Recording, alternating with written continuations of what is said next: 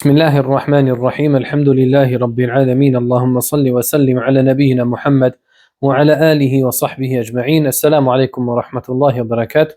On continue l'explication du livre Umdatul Ahkam min Adillatil Ahkam de l'imam Abdel Ghani al-Maqdisi rahmatullahi alayhi rahmatan wasi'a. نسأل الله تعالى أن يعلمنا ما ينفعنا وأن ينفعنا بما علمنا وأن يزيدنا علما وإيمانا وتوفيقا إلى كل خير. اللهم آمين. طيب, on s'était arrêté sur le hadith numéro 88, le hadith de Abdullah ibn Umar radiyallahu anhu. L'auteur dit, d'après Abdullah ibn Umar radiyallahu anhu, qui a dit: le prophète sallallahu alayhi wa sallam levait les mains à la hauteur de ses épaules lorsqu'il entamait la prière, lorsqu'il prononçait le takbir pour l'inclinaison et lorsqu'il relevait la tête après l'inclinaison. Il les levait de la même manière, en disant: Allah entend celui qui le loue. Ô notre Seigneur, à toi la louange. Et il ne faisait pas cela lors de la prosternation. Taïb. Ce hadith, on est toujours dans le chapitre concernant la description de la prière du prophète sallallahu alayhi wa sallam. Et l'auteur a évoqué ce hadith dans ce chapitre afin de mettre en évidence les moments durant lesquels le prophète sallallahu alayhi wa sallam levait ses mains durant la prière. Taïb. Et dans le hadith, il a évoqué 3 moments durant lesquels le prophète sallallahu alayhi wa sallam agissait de la sorte. Taïb. Concernant sa parole à la hauteur de ses épaules, ça signifie que le prophète sallallahu alayhi wa sallam levait ses mains à la hauteur de ses épaules, d'accord? C'est-à-dire, il les alignait avec ses épaules à la même hauteur. Taïb. L'épaule, on sait tout ce que c'est l'articulation où se rejoignent l'os du bras ainsi que l'omoplate. Taïb. Concernant les points juridiques qui sont abordés par ce hadith, ils sont nombreux. Premièrement, à quel moment devons-nous lever les mains lors de la prière?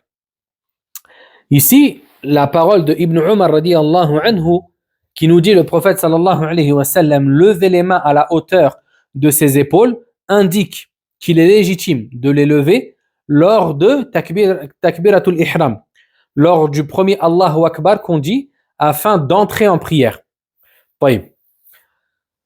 Toutefois, la question qui se pose, c'est: est-ce qu'on doit dire Allahu Akbar avant de lever les mains ou bien lever les mains avant de dire Allahu Akbar? Les savants divergent à ce sujet en 3 avis. Le premier consiste à dire que il faut lever les mains en même temps que de dire Allahu Akbar. Par exemple, comme ça, on fait Allahu Akbar, d'accord? On dit Allahu Akbar et on lève les mains en même temps.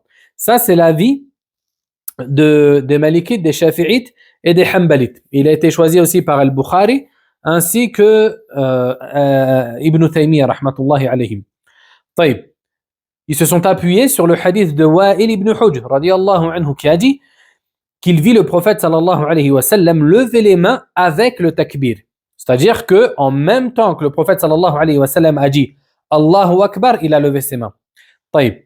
Le hadith a été rapporté par Ahmed et sa chaîne de transmission est bonne. Le deuxième avis consiste à dire que il faut lever les mains puis dire le takbir. Comme ça. Allahu Akbar.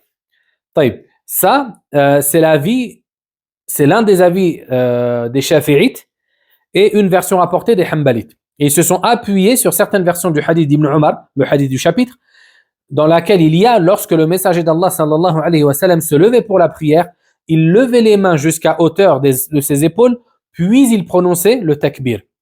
Le hadith a été rapporté par Muslim. Taïb. Le troisième avis consiste à dire que il faut prononcer le takbir et ensuite lever les mains. Comme ça. Allahu Akbar. Taïb. Et ça, c'est l'avis qui a été rapporté par les Hanafites et une position chez les Shafi'ites. Taïb. Et eux, ils se sont appuyés sur le hadith d'Abu Qilaba radiyallahu anhu qui a vu Malik ibn al-Huwayrith radiyallahu anhu prier ainsi. Il prononçait le takbir et ensuite il levait ses mains. Et il a affirmé que c'est le prophète sallallahu alayhi wa sallam qui agissait de la sorte. طيب. Et le hadith a été rapporté par Muslim. Ainsi donc, là, on s'aperçoit que il y a trois manières qui ont été évoquées. Et ces trois manières sont toutes authentiques. D'accord? Elles sont toutes authentiques. De ce fait, la sunna consiste à varier. Parfois, tu vas faire Allahu Akbar. D'autres fois, tu vas faire Allahu Akbar. Et d'autres fois encore, tu vas faire Allahu Akbar. D'accord? Tu vas varier entre toutes ces manières de faire car elles sont toutes authentiques. Et on avait vu que la règle à ce sujet, c'est de mettre en pratique tous les textes qui sont venus, qui ont été rapportés, car ceci est le plus adéquat, que de plutôt en délaisser certains. طيب. Et ça, c'est l'avis qui a été choisi, entre autres, par Sheikh Al-Uthaymin, rahimahullah ta'ala. Le deuxième point juridique qu'aborde ce hadith, c'est jusqu'où le fidèle doit-il lever ses mains lors du takbir. Là, on a vu la manière, d'accord? Maintenant, on va voir en fait la hauteur, comment il doit lever ses mains. طيب. À ce sujet aussi, il y a eu trois descriptions qui ont été rapportées. La première, c'est comme dans le hadith qui est entre nos mains, à la hauteur des épaules. D'accord? Là, j'ai mon épaule, je lève mes mains à la hauteur de l'épaule, de cette manière-là. طيب. Et ça, c'est comme dans le hadith qu'on a entre nos mains. La deuxième manière, elle consiste à lever les mains à la hauteur des oreilles, de cette manière-là. D'accord? De cette manière-là. Ça ne veut pas dire toucher les oreilles, non. Comme on voit certaines personnes faire. Non. C'est juste lever à la hauteur des oreilles. طيب. La troisième manière, ou la seconde manière, elle a été rapportée par dans le hadith de Malik ibn al-Huwayrith radiyallahu anhu qui a dit le prophète sallallahu alayhi wa sallam levait les mains jusqu'à ses oreilles. Et dans une autre version, jusqu'au haut de ses oreilles. Et le hadith a été rapporté par At-Tabarani. Par At-Tabarani. La troisième manière de faire consiste à réunir entre les deux. Comment? C'est-à-dire que je lève les mains entre les épaules et mes oreilles. D'accord? De cette manière-là. Je lève les mains entre mes épaules et mes oreilles. La paume de ma main va être au niveau de mes épaules, tandis que l'extrémité de mes doigts va, elle, se trouver au niveau de mes oreilles. طيب. Et cette manière de faire, elle a été rapportée dans le hadith de Wa'il ibn Hujr, radiyallahu anhu, qui a dit, le prophète sallallahu alayhi wa sallam levait les mains jusqu'à ce qu'elles soient à la hauteur de ses épaules et alignait ses pouces avec ses oreilles. طيب. Alignait ses pouces, c'est-à-dire que les pouces, ils étaient à la hauteur des oreilles. Et comme on a dit juste avant, la sunna consiste à varier. Une fois, tu vas faire cette manière, une fois, tu vas faire celle-là, ainsi de suite. Car toutes les manières rapportées sont authentiques. Troisièmement, quel est le statut de l'élévation des mains lors du premier takbir? Là, on a vu que c'était légiféré. Toutefois, est-ce que c'est une obligation? Est-ce que c'est une recommandation? Les savants ont évoqué deux avis principaux. Premièrement, le fait d'affirmer que lever ses mains lors du premier takbir, c'est un acte recommandé, c'est une sunna. Et ça, c'est l'avis de la majorité des savants, parmi l'imam Malik, al-Shafi'i, ainsi qu'Ahmed. Et ils se sont appuyés sur le hadith du chapitre. D'accord? Car, en effet, ce hadith rapporte une action du prophète sallallahu alayhi wa sallam, un acte. Et les actes, lorsqu'ils sont évoqués ou lorsqu'ils sont rapportés sans qu'il y ait un indice qui prouve que c'est une obligation, alors la règle de base, c'est de les considérer comme un acte recommandé. Ça, c'est une règle de usul al-fiqh. D'accord? طيب. Le second avis consiste à dire que il est obligatoire de lever ses mains lors du premier takbir. Lorsque j'entre en prière, je suis obligé de dire Allahu Akbar, de lever mes mains. طيب.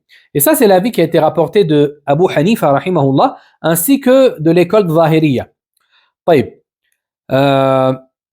Et il y en a d'autres qui ont dit plus que cela. Ils ont dit que celui qui ne levait pas ses mains lors du premier takbir, sa prière est invalide. D'accord? Sa prière est invalide.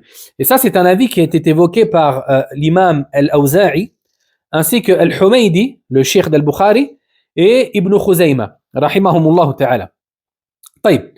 Toutefois, l'avis le plus proche, wallahu a'lam, consiste à dire qu'il est recommandé de lever ses mains lors du premier takbir, l'avis de la majorité des savants. طيب. Le quatrième point qu'aborde ce hadith, c'est le statut juridique de l'élévation des mains lors de l'inclinaison et du redressement. Là, on a vu l'élévation des mains pour takbirat al-ihram, le premier Allahu Akbar qu'on dit dans la prière. Concernant les autres choses qui ont été évoquées dans le hadith, parce qu'on a dit dans le hadith, Ibn Umar radiyallahu anhu, il a évoqué 3 situations durant lesquelles le prophète sallallahu alayhi wa sallam levait ses mains. Là, on a vu la première, qui était takbirat al-ihram. Il nous reste les deux, lors de l'inclinaison et lorsqu'on se relève de l'inclinaison. Le statut juridique du fait de lever ses mains à ces deux moments-là. Taïb. Le premier avis consiste à dire qu'il est recommandé de lever ses mains à ces deux moments-là. Et ça, c'est l'avis de la majorité des savants. Parmi lesquels, Shafi'i, Ahmed est dans une version d'après Malik. Rahimahumullah ta'ala. Ils se sont appuyés sur les preuves suivantes. Premièrement, le hadith du chapitre. D'accord? Ibn Umar radiyallahu anhu nous dit que le prophète sallallahu alayhi wa sallam agissait de la sorte. Ensuite, le hadith de Malik ibn al-Huwayrith radiyallahu anhu qui nous dit aussi que le messager d'Allah sallallahu alayhi wa sallam levait ses mains à ces moments-là. Et ça, les hadiths, on les a vus juste avant. C'est pour ça que je ne les évoque pas une autre fois. Le second avis consiste à dire, là on a dit, le premier avis consiste à dire que c'est légiféré, c'est recommandé de lever ses mains à ces deux moments-là.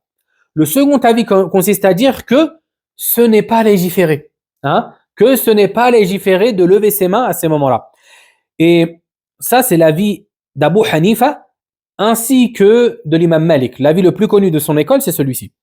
C'est pour ça que souvent, tu vois ceux qui sont de courant malikite, ils ne lèvent pas leurs mains à ces moments-là.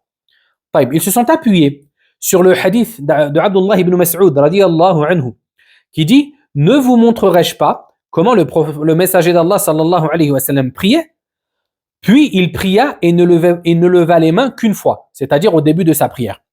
Et le hadith, il a été rapporté par Abu Daoud ainsi qu'à Tirmidhi et An-Nasa'i. Toutefois, c'est un hadith faible. La seconde preuve sur laquelle ils se sont appuyés, c'est le hadith d'Al-Bara ibn Azib radiyallahu anhu qui dit « Le messager d'Allah sallallahu alayhi wa sallam, lorsqu'il entamait la prière, levait les mains près de ses oreilles, puis ne recommençait pas. » C'est-à-dire qu'il ne relevait pas ses mains. Et le hadith a été rapporté par Abu Daoud. Toutefois, c'est un hadith faible, qui a été jugé faible par les savants. Ainsi donc, l'avis le plus proche, wallahu a'lam, consiste à dire, et en vue des preuves bien sûr, qu'il est légiféré, recommandé de lever ses mains lors de l'inclinaison et lorsqu'on se relève de l'inclinaison, comme les hadiths authentiques le démontrent. Et on a dit que c'était l'avis de la majorité des savants. Et on a vu aussi que ceux qui ont dit que ce n'était pas légitime, ils se sont appuyés que sur des hadiths faibles. Tous les hadiths sur lesquels ils se sont appuyés, ils sont considérés faibles. Et un hadith faible ne peut pas être pris pour argument, surtout lorsqu'il s'oppose et contredit des hadiths authentiques. Le cinquième point juridique qu'aborde ce hadith, c'est les moments durant lesquels on va lever nos mains. Là, on a vu 3 moments. On a vu takbirat al-ihram, lors de l'inclinaison et lorsqu'on se relève de l'inclinaison. Est-ce qu'il y a d'autres moments dans la prière durant lesquels il est légiféré de lever ses mains ou pas? Les savants ont encore une fois divergé à ce sujet. Et ne vous étonnez pas de l'abondance de divergence dans les points juridiques, dans le fiqh. C'est totalement normal, d'accord? C'est totalement normal et ce n'est pas quelque chose dont on doit s'étonner. Bien au contraire. Ça fait partie de la nature humaine que de diverger. Et bien sûr, ça ne veut pas dire que les savants étaient toujours en guerre ou quoi. Pas du tout. D'accord? C'est juste que chacun a évoqué, si vous voulez, la divergence, c'est le résultat de l'effort de recherche de chacun. Abu Hanifa, rahimahullah, il a fait son effort de recherche, il est arrivé à ce résultat-là. en se basant sur les preuves, etc. L'imam Malik, l'imam Shafi'i, ainsi qu'Ahmed, ils ont fait la même chose et ils sont arrivés à des résultats différents. Mais ça ne veut pas dire qu'ils ne cherchaient pas la vérité ou bien qu'ils suivaient leur passion ou quoi que ce soit. Pas du tout. Qu'Allah Azza wa Jal leur fasse miséricorde. Taïb. On a vu ces 3 moments durant lesquels il était légiféré de lever ses mains. Est-ce qu'il y a d'autres moments ou pas? Taïb, les savants ont divergé. La majorité des savants ont considéré qu'il n'y avait pas d'autres moments et que ces 3-là étaient les seuls légiférés. Taïb. Ça, c'est l'avis des Malikites, Shafi'ites et Hanbalites. Taïb. Toutefois, ils ne se sont pas appuyés sur des textes particuliers. Bien sûr, ils se sont même appuyés sur l'absence de preuves d'après eux. Le deuxième avis consiste à dire qu'il est légitime de lever ses mains lorsqu'on se relève du premier tashahhud. Dans les prières à 3 et 4 unités, on est d'accord qu'il y a 2 tashahhud. Il y a 2 moments durant lesquels on va s'asseoir pour faire le tashahhud. Eh bien, les partisans du deuxième avis ont dit que à la fin du premier tashahhud, lorsque je me relève, lorsque je me suis levé, ici, je lève mes mains et je dis Allahu Akbar. Taïb. Et cet avis-là, c'est celui, il a été choisi par un grand nombre de savants aussi. Parmi lesquels, chez les Hanabila, il a été choisi par certains Hanbalites, par Ibn Battal, par Al-Lakhmi, ainsi qu'Al-Khalil. Parmi les Shafi'ites, il a été choisi par Abu Ali Al-Tabari, ainsi qu'Al-Bayhaqi, Al-Baghawi, Al-Nawawi. Et parmi les savants vérificateurs, Cheikh al-Islam Ibn Taymiyyah, rahimahullah ta'ala. Taïb. Ils se sont appuyés sur le hadith de Nafi' d'après Ibn Umar radiyallahu anhu. Il nous dit, Ibn Umar levait les mains lorsqu'il entrait en prière en prononçant le takbir. Lorsqu'il s'inclinait, il levait ses mains. Lorsqu'il disait Sami' Allahu liman hamida, il levait ses mains. Et lorsqu'il se levait après les 2 unités, il levait ses mains. Et Ibn Umar radiyallahu anhu attribuait cela au prophète sallallahu alayhi wa sallam. Le hadith a été rapporté par Al-Bukhari et Muslim. Ainsi, ici Ibn Umar radiyallahu anhu levait ses mains après le premier tashahhud, après qu'il se soit relevé, et il a attribué cette manière de faire au prophète sallallahu alayhi wa sallam. Taïb. Et la même chose a été rapportée de Ali radiyallahu anhu, qui a prié de cette manière, d'accord, et qui nous a dit que le prophète sallallahu alayhi wa sallam agissait de cette manière. Et le hadith a été rapporté par Abu Daoud ainsi qu'Ibn Majah et Tirmidhi avec une chaîne de transmission authentique. Taïb. Ainsi donc, l'avis le plus proche, wallahu a'lam, en vue des preuves, consiste à dire qu'il est légiféré de lever ses mains une 4e fois dans la prière. Et c'est au moment où c'est lorsqu'on se relève du premier tashahhud. Car les preuves indiquent clairement que le prophète sallallahu alayhi wa sallam agissait de la sorte. Taïb. Comment répondre aux partisans du premier avis qui ont dit que non, ce n'est pas légiféré? Eh bien, on peut tout simplement supposer qu'ils n'ont pas eu connaissance de ces hadiths-là. D'accord? Et ceci, c'est possible. Ou soit qu'ils ont eu connaissance de ces hadiths-là, mais qu'ils les ont oubliés par la suite, etc. Taïb. Le 6e point juridique qu'aborde ce hadith, c'est le fait de savoir, est-ce qu'en dehors de ces 4 moments, il y a encore des endroits où lever ses mains est légiféré dans la prière, ou bien ces 4 instants, ces 4 moments sont les uniques endroits où il est légiféré de le faire. Les savants ont encore une fois divergé. Le premier avis consiste à dire qu'il est légiféré de lever ses mains dans la prière à d'autres moments.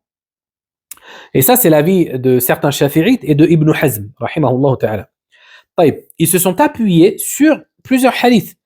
Premièrement, le hadith d'Ibn Umar radiyallahu anhu,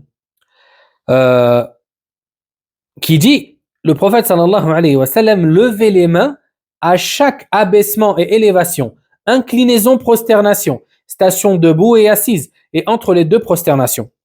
Et il a attribué cela au prophète sallallahu alayhi wa sallam. Le hadith a été rapporté par At-Tahawi. Toutefois, c'est un hadith faible. D'accord? C'est un hadith faible qui ne peut pas être pris pour argument afin d'affirmer cela. Et ils se sont aussi appuyés sur le hadith de Umayr ibn Habib, radiyallahu anhu, qui a dit, le messager d'Allah, sallallahu alayhi wa sallam, levait les mains à chaque takbir dans la prière obligatoire. Le hadith a été rapporté par Ibn Majah dans ses Sunan. Toutefois, c'est un hadith qui a été jugé faible par les savants. Et de ce fait, il ne peut pas être pris pour argument à ce sujet. Le deuxième avis consiste à dire que il n'est pas légiféré de lever ses mains dans la prière, hormis dans les 4 moments qu'on a évoqués précédemment. Je les répète, lors du premier takbir, d'entrer en prière, lors de l'inclinaison, lorsque je me relève de l'inclinaison, et lorsque je me relève du premier tashahhud dans les prières qui en contiennent 2. Et en dehors de cela, rien d'authentique n'a été rapporté du prophète sallallahu alayhi wa sallam quant au fait de lever ses mains à des endroits, à des moments, hormis cela. Wallahu ta'ala a'lam.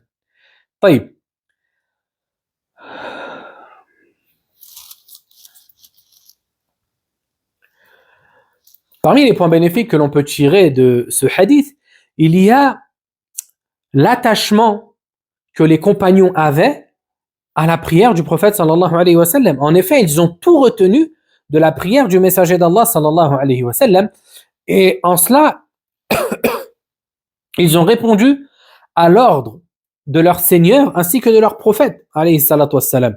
En effet, Allah Ta'ala dans le Coran nous dit wa aqimus salat, et accomplissez parfaitement la prière. Et le prophète sallallahu alayhi wa sallam a dit sallu kama ra'aytumuni usalli, priez comme vous m'avez vu prier.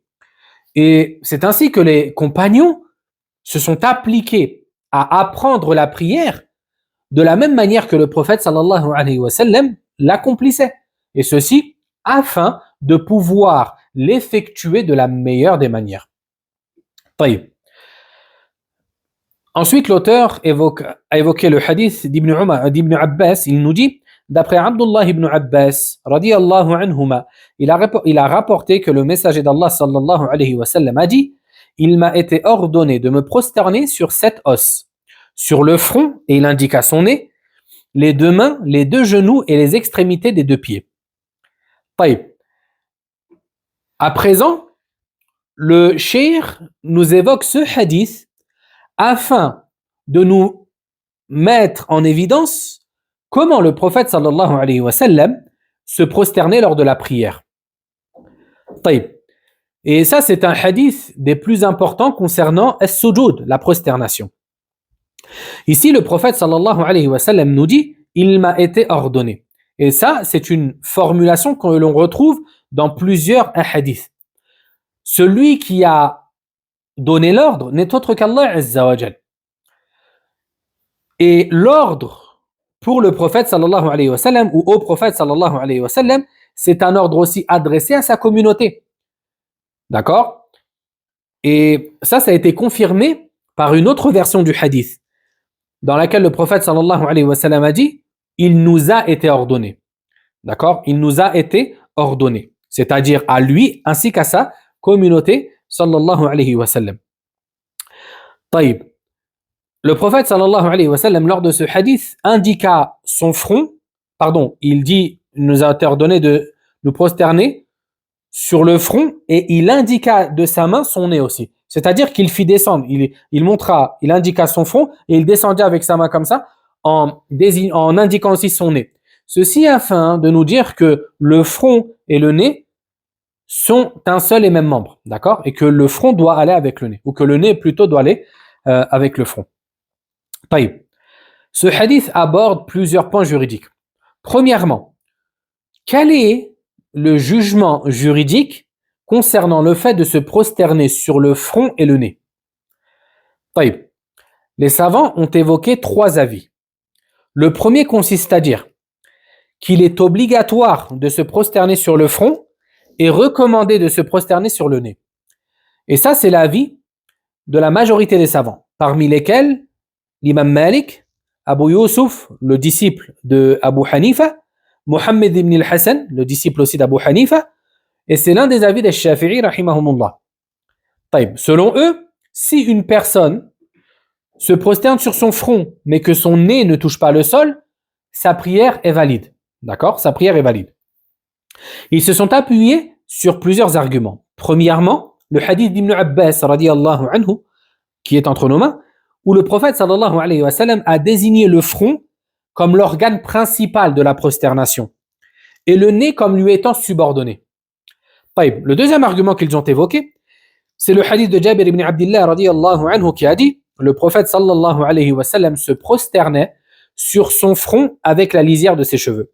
C'est-à-dire que le prophète sallallahu alayhi wa sallam se prosternait en posant cette partie sur le sol, d'accord, et le hadith a été rapporté par Abu Ya'la ainsi que At-Tabarani dans le Mu'jam al-Awsat. Toutefois, sa chaîne de transmission est faible. Taïb. Ensuite, ils ont pris pour argument aussi le fait de dire que dans la langue arabe, la prosternation désigne d'abord le front.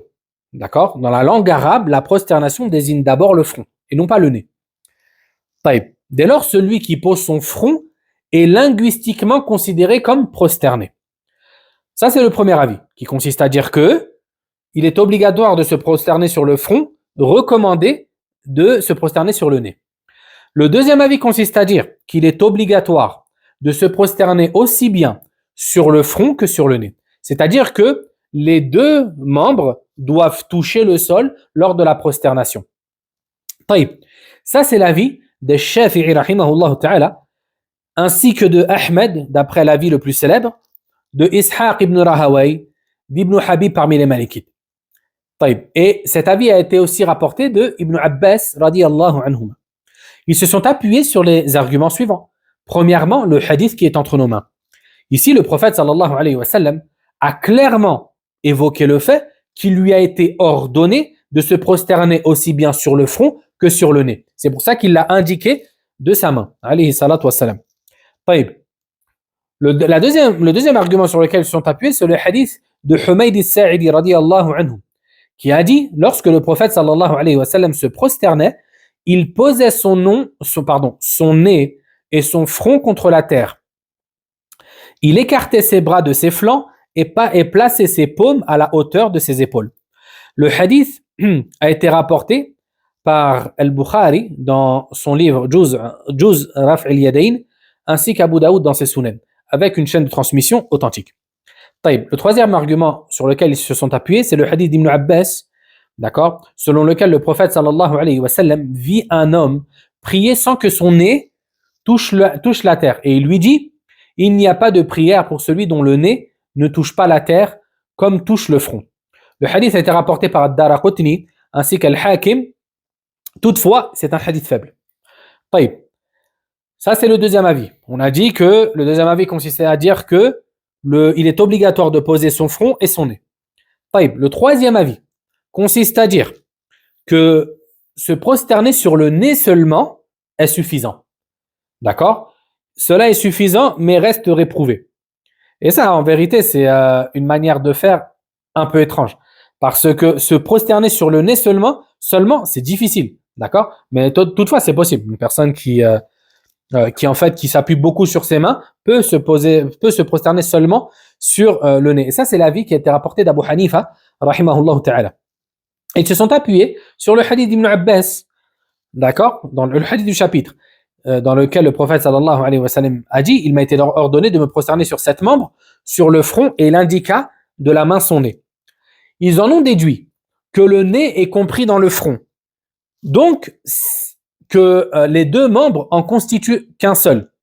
Et de ce fait, il suffit de poser l'un des deux. Taïb. Et là, regardez, subhanallah, là on a 3 avis par exemple. D'accord? On a 3 avis et les 3 partisans de ces avis, ils se sont tous appuyés sur le hadith d'Ibn Abbas, le hadith du chapitre. Mais chacun l'a compris d'une manière différente. D'accord? Chacun l'a compris d'une manière différente. Et regardez, le résultat c'est que chacun a eu une manière ou un jugement, un statut juridique qui a différé de l'autre. Et c'est ce que je vous ai dit tout à l'heure. D'accord? Et ça, subhanallah, ça revient à plusieurs choses. D'accord? À plusieurs choses. À la réussite qu'Allah Azza wa Jalla accorde à telle et telle personne dans la compréhension des textes religieux, à la connaissance des textes religieux, etc. Taïb. Bismillah.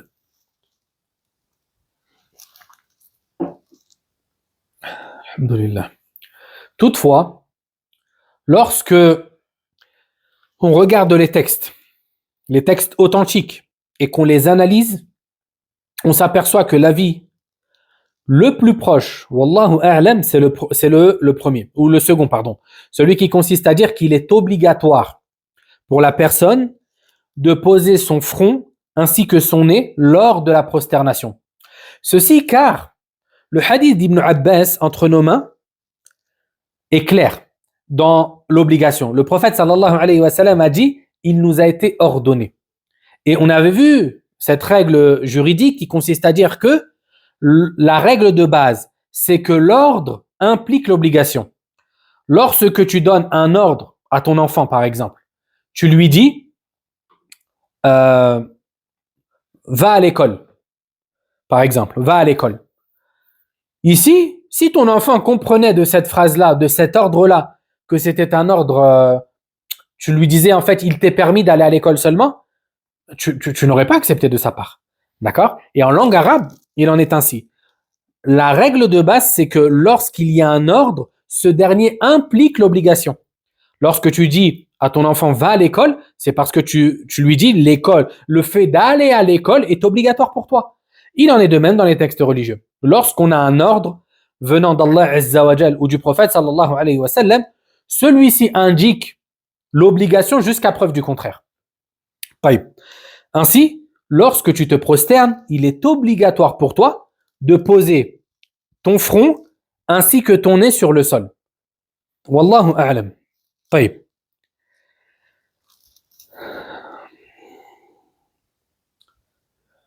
Le deuxième point juridique qu'aborde ce hadith concerne le jugement, concernant la prosternation sur les autres membres en dehors du front. Là, on a parlé du front et du nez.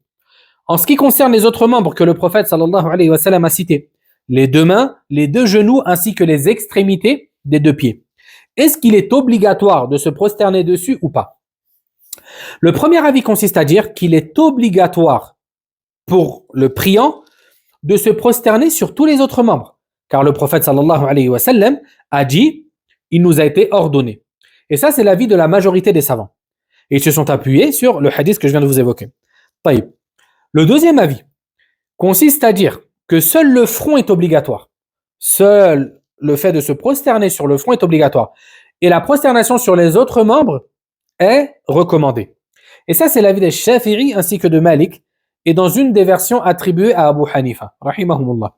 Ils se sont appuyés sur le hadith de l'homme qui avait mal prié. On avait vu la semaine dernière le hadith de l'homme qui avait mal prié, le hadith qui est intitulé et surnommé Al-Musi'u fi salatihi. Cet homme-là, lorsqu'il a mal prié, le prophète sallallahu alayhi wa sallam par la suite lui a inculqué, lui a enseigné la bonne manière de faire. Et le prophète sallallahu alayhi wa sallam lui dit, puis il s'incline, puis il se prosterne en appliquant son visage ou son front contre la terre. Et le prophète sallallahu alayhi wa sallam mentionna seulement le front et pas les autres membres. Ça, c'est le deuxième avis. On a dit qui consiste à dire que seul le fait de se prosterner sur le front était obligatoire. Toutefois, l'avis le plus fort, wallahu a'lam, en vue des preuves, c'est le premier, qui consiste à dire qu'il est obligatoire de se prosterner sur tous les membres. D'accord? C'est-à-dire que lorsque tu fais la prière, lorsque tu te prosternes, tu n'as pas le droit de lever tes pieds, par exemple, lors de la prosternation. Et ça, on le voit souvent. Ou soit mettre un pied sur l'autre et il n'y a qu'un des deux pieds qui touche. Ou soit durant toute la prosternation, de lever une main, de mettre une main sur soi, par exemple, comme ça. Ça, ce n'est pas autorisé. D'après l'avis le plus proche, l'avis de la majorité des savants, ceci n'est pas autorisé. Et tu es obligé de te prosterner sur tous les membres, sur ces 7 membres que le prophète sallallahu alayhi wa sallam a cités. Le troisième point juridique qu'aborde ce hadith, quel est le jugement concernant le fait de se prosterner sur un intermédiaire entre moi et le sol? Par exemple, un tapis, etc. C'est ça qu'on appelle un intermédiaire. Une chose qui va venir séparer les parties, d'accord, les parties de la personne du sol.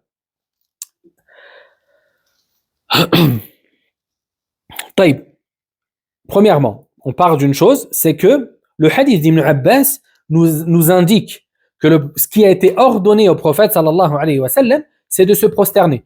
D'accord? C'est de se prosterner. Ainsi donc, le hadith nous indique que l'obligation, c'est de se prosterner.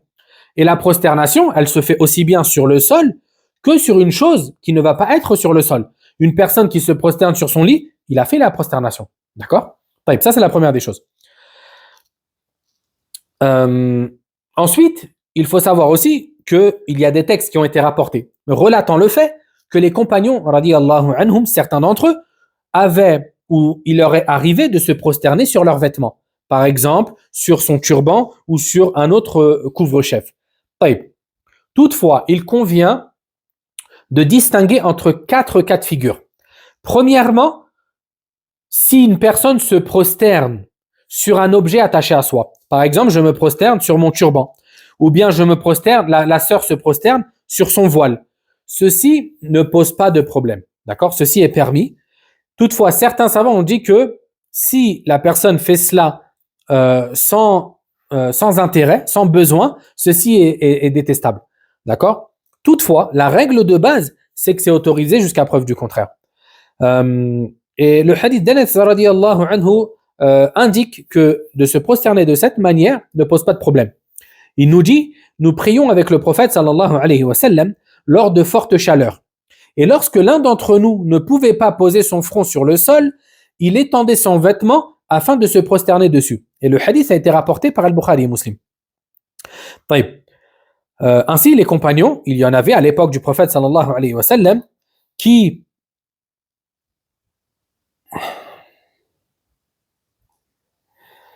se prosternaient sur leurs vêtements qu'ils étendaient à cause des fortes chaleurs. Ainsi donc, ceci ne pose pas de problème. Le deuxième cas de figure, c'est le fait de se prosterner sur un objet séparé. Pas sur un objet qui est accroché, attaché à nous, mais sur un objet séparé, comme par exemple un tapis sur le sol, etc. Ceci est autorisé et ne pose aucun problème car le prophète sallallahu alayhi wa sallam l'a fait. Comme on l'avait vu dans le hadith d'Anas, radiyallahu anhu, le prophète sallallahu alayhi wa sallam a déjà prié sur ce qu'on appelle une natte. D'accord? La natte, c'est un petit tapis qui est confectionné à partir des branches de palmier. Le prophète sallallahu alayhi wa sallam a prié dessus et ceci ne pose aucun problème. Troisième cas de figure, c'est le fait de se prosterner sur l'un de ses membres. Le fait de se prosterner sur l'un de ses membres, comme par exemple le fait de rejoindre ses mains et de se prosterner dessus. Ceci invalide la prière, car en réalité, dans ce cas de figure-là, le front ne touche pas le sol. Et ça, c'est quelque chose de problématique. Et le quatrième cas de figure consiste à se prosterner sur un objet réservé au front seulement. D'accord? Et ça, hélas, c'est quelque chose que l'on voit chez certains. Ils ont par exemple un petit tapis qu'ils vont spécifier juste pour se prosterner dessus, juste pour se poser leur front dessus lors de la prière, et sans aucun besoin. Ceci, c'est quelque chose de détestable, qu'il est mieux de délaisser, car il y a en cela une ressemblance aux chiites. D'accord? Les chiites, ils ont pour habitude de se prosterner sur un petit galet, d'accord, sur un petit monticule de terre qu'ils ramènent soi-disant d'un lieu béni et ils posent leur front exclusivement dessus, d'accord. Et bien sûr, ceci n'a aucune origine dans l'islam. Le quatrième point juridique qu'aborde ce hadith, c'est quel est le jugement. Et ça, écoutez, car c'est très important et c'est quelque chose que l'on voit très souvent. Quel est le jugement de celui qui se prosterne sur certains membres seulement? Par exemple, comme on a dit, une personne qui se prosterne mais qui lève ses pieds durant la prosternation. Ici, il y a plusieurs cas de figure qu'il est important d'évoquer.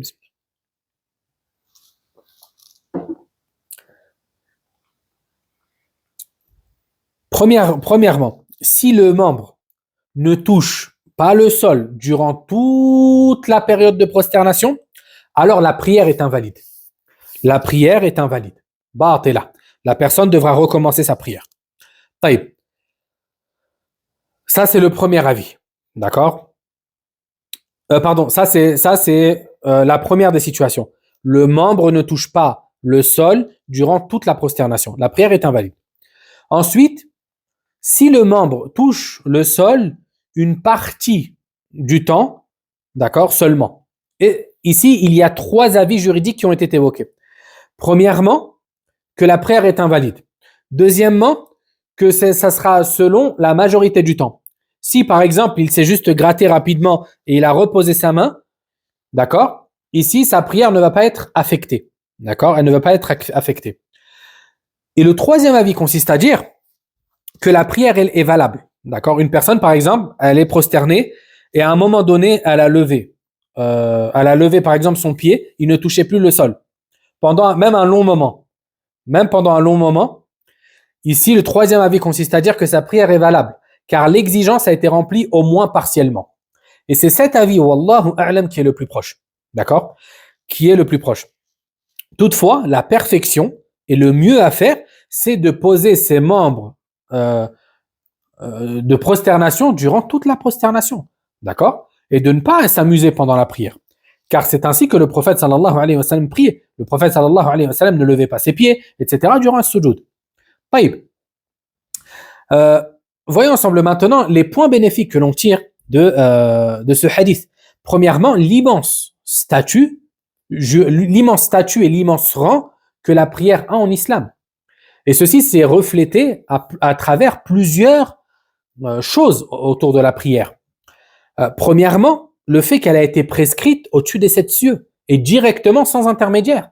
En effet, l'obligation de la prière est entrée en vigueur des 5 prières durant le voyage nocturne, lors du voyage nocturne, lors de l'ascension, lorsque le prophète sallallahu alayhi wa sallam a été élevé dans les cieux et la prière a été légiférée lorsque le prophète sallallahu alayhi wa sallam se trouvait au 7e ciel.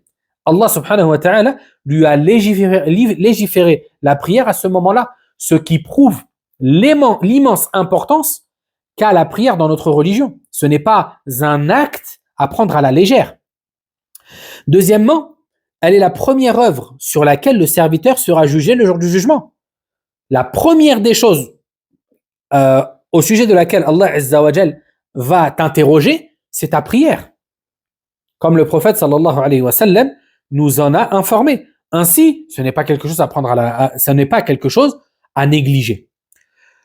Troisièmement, elle fut la dernière recommandation que le prophète sallallahu alayhi wa sallam fit à sa communauté avant de mourir.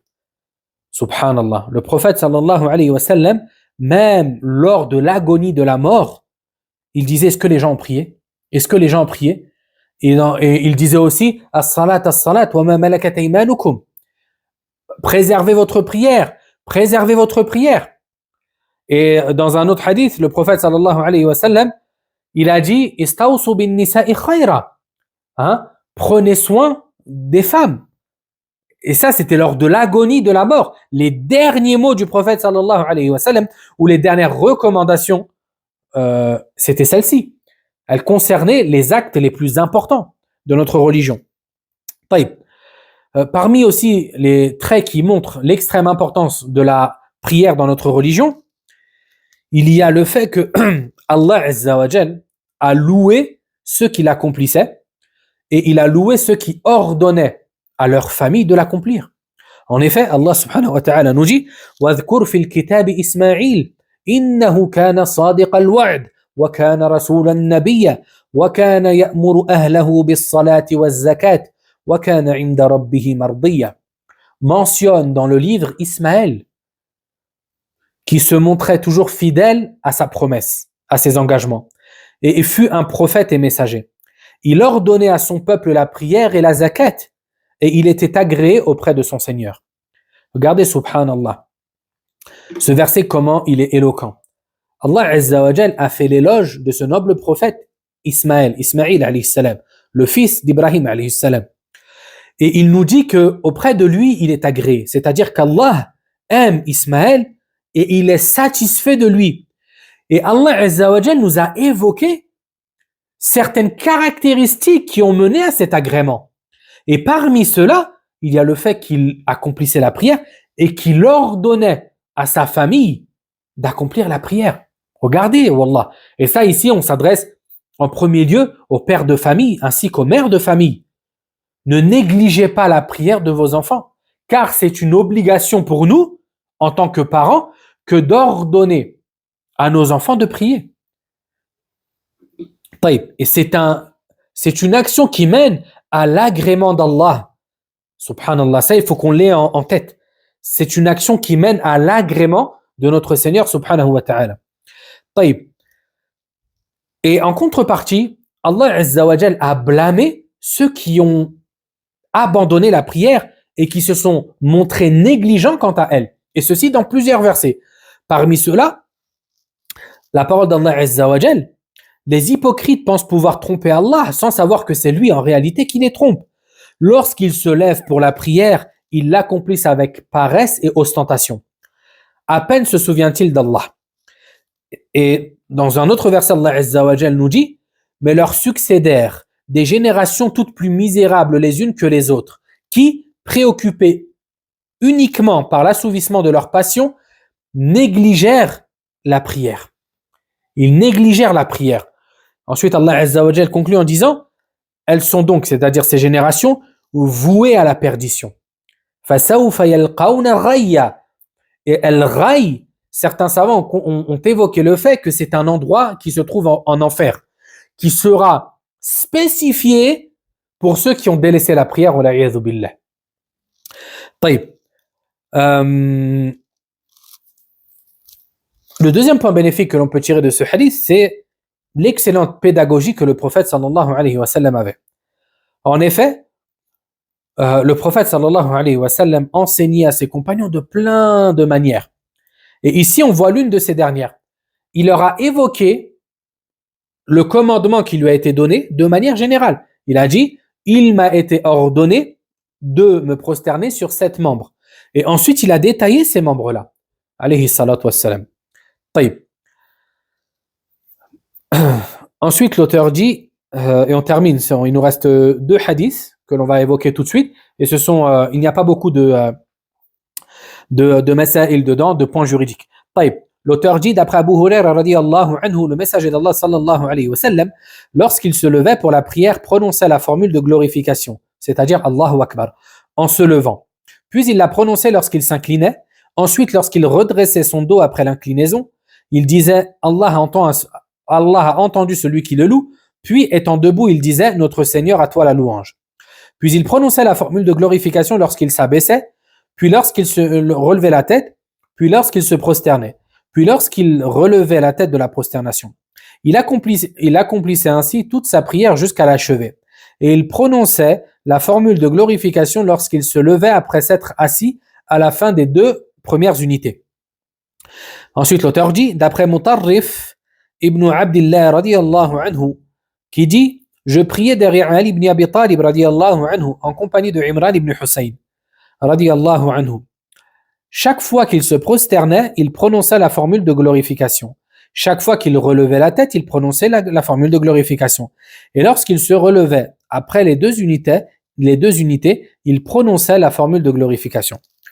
Lorsqu'il eut achevé la prière, Imran ibn Hussein me prit par la main et dit: cet homme m'a rappelé la prière de Muhammad sallallahu alayhi wa sallam. Ou bien il dit: il nous a fait accomplir la prière de Muhammad sallallahu alayhi wa sallam. Taïb. Ces 2 hadiths ont pour but de nous évoquer ce qu'on appelle takbirat al-intiqal, les formules de glorification, c'est-à-dire le fait de dire Allahu Akbar lorsque je passe d'un pilier à un autre dans la prière. Ça s'appelle, on va appeler ça les formules de glorification lors des transitions. D'accord? Taïb.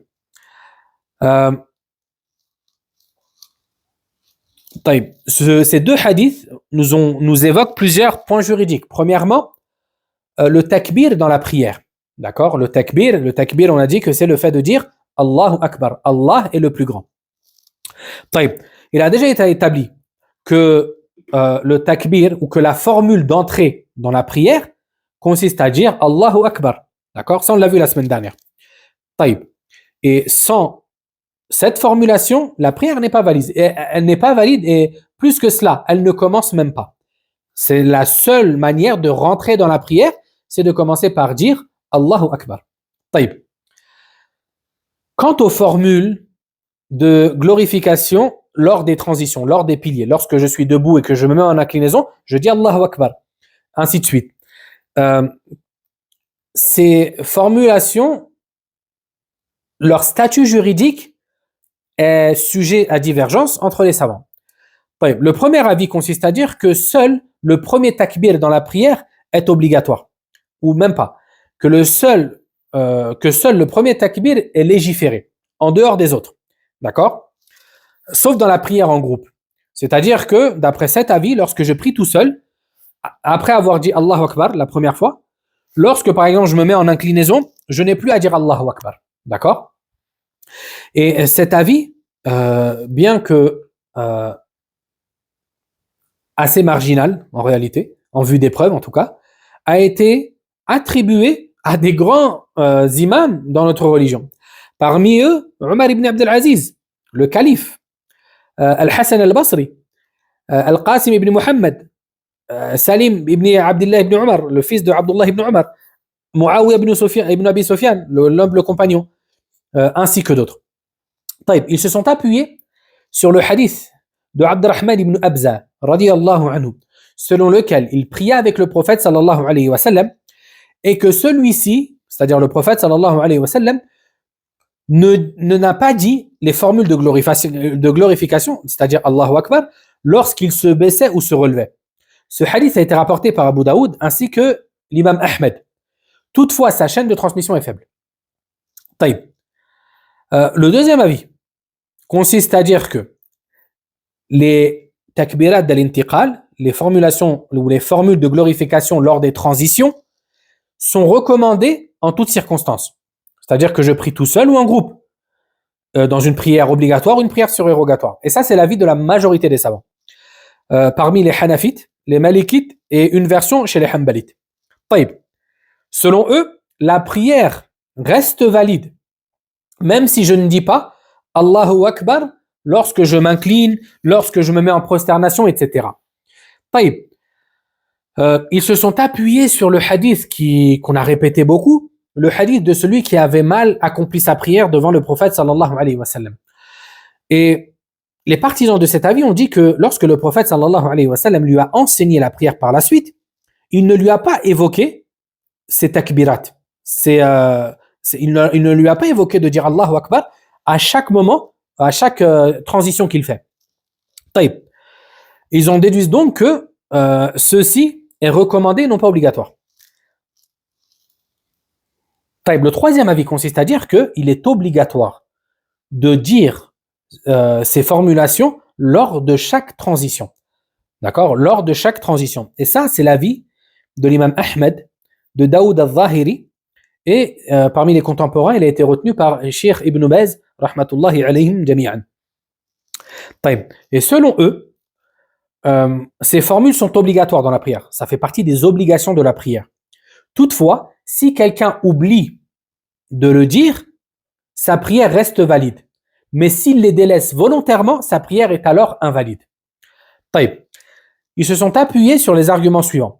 Premièrement, le hadith rapporté par Abu Daoud, dans lequel celui qui avait mal accompli sa prière, dans la version d'Abu Daoud, il est explicitement mentionné que le prophète sallallahu alayhi wa sallam lui a dit de dire Allahu Akbar à chaque transition.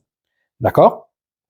Le deuxième argument sur lequel ils sont appuyés, c'est la parole du prophète sallallahu alayhi wa sallam. L'imam a été institué pour être suivi.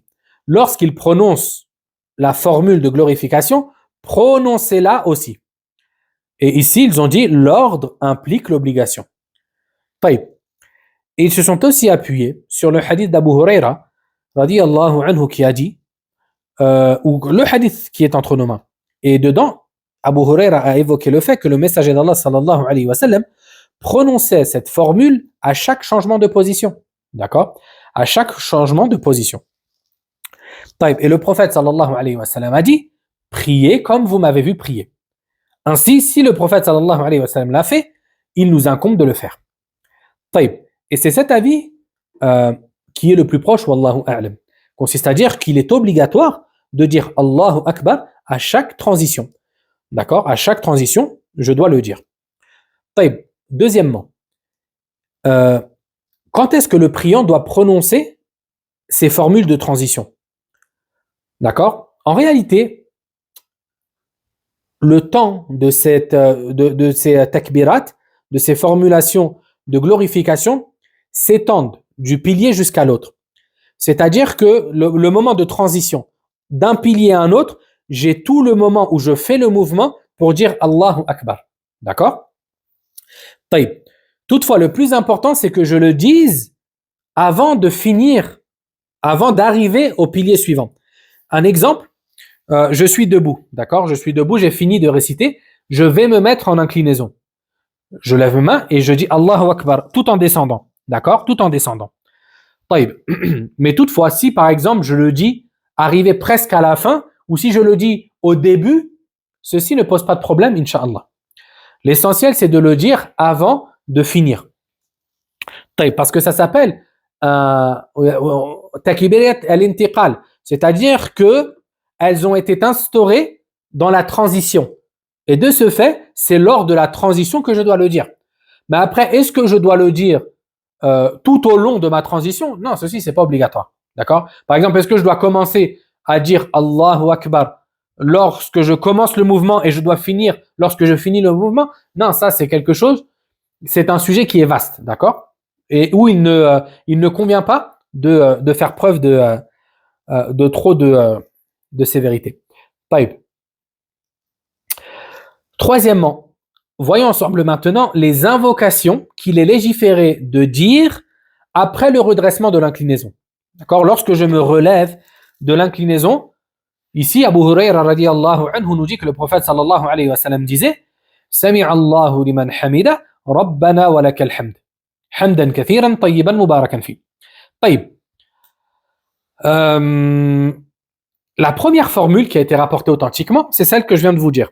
Rabbana wa lakal hamd, hamdan kathiran tayyiban mubarakan fi. Ce qui veut dire notre Seigneur, à toi la louange, louange abondante, bonne et bénie.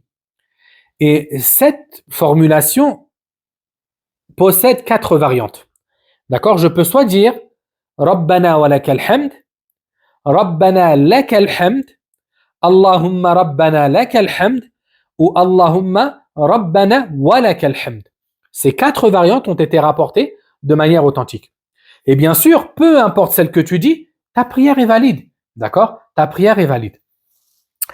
Et la deuxième formulation qu'il est possible de dire lorsque je me redresse de l'inclinaison, c'est, je vous la dire en français, vous la retrouvez, Inch'Allah, en arabe. Notre Seigneur, à toi la louange, à la mesure des cieux et de la terre, et à la mesure de ce que tu veux au-delà. Digne de louange et de gloire, la plus véridique parole qu'un serviteur puisse prononcer, et nous sommes tous tes serviteurs. Ô Allah, nul ne peut retenir ce que tu accordes, et nul ne peut donner ce que tu retiens. La richesse ne profite en rien face à toi. Le hadith a été rapporté par Muslim. La troisième formule qu'il est possible de dire, c'est ô Allah, purifie-moi par la neige, la grêle et l'eau froide. Ô Allah, purifie-moi des péchés et des fautes comme on nettoie le vêtement blanc de la saleté. Et celle-là, on l'avait vu la semaine dernière. Et le hadith a été rapporté par Muslim aussi. La quatrième formule qui a été rapportée authentiquement, c'est le fait de dire li Rabbi al-hamd, et de le répéter. À mon Seigneur la louange, à mon Seigneur la louange, ainsi de suite. Et ce hadith a été rapporté par l'imam Ahmed, ainsi qu'Abu Daoud et An-Nasa'i avec une chaîne de transmission authentique. Toutes ces façons ou toutes ces formules, ce sont des manières qu'il est possible, ce sont des formules qu'il est possible de dire lorsque je me relève du ruku' après avoir dit Rabbana lakal hamd ou Rabbana wa lakal hamd. Hein? Lorsque, par exemple, l'imam, vous voyez, des fois l'imam, et ça on se pose souvent, quand on ne connaît pas ces formulations-là, on peut se poser la question. Des fois, l'imam, il se relève du ruku', de l'inclinaison, et il reste longtemps debout. Et on se dit, mais là, moi, c'est bon, j'ai dit mon invocation, qu'est-ce que je dois dire d'autre? Et je reste comme ça, je ne sais pas quoi dire. Et bien maintenant, vous savez qu'il y a plein d'invocations tout authentiques qu'on peut prononcer à ce moment-là. D'accord? Et la plus simple, c'est celle-là, c'est Li Rabbi al-Hamd, Li Rabbi al-Hamd, Li Rabbi al-Hamd. À mon Seigneur la louange. Et en fait, la personne, elle la répète jusqu'à ce que l'imam se mettre en prosternation. Taïb. Alhamdulillah, on a fini le cours pour aujourd'hui. S'il y a des questions, on les voit ensemble, Inch'Allah.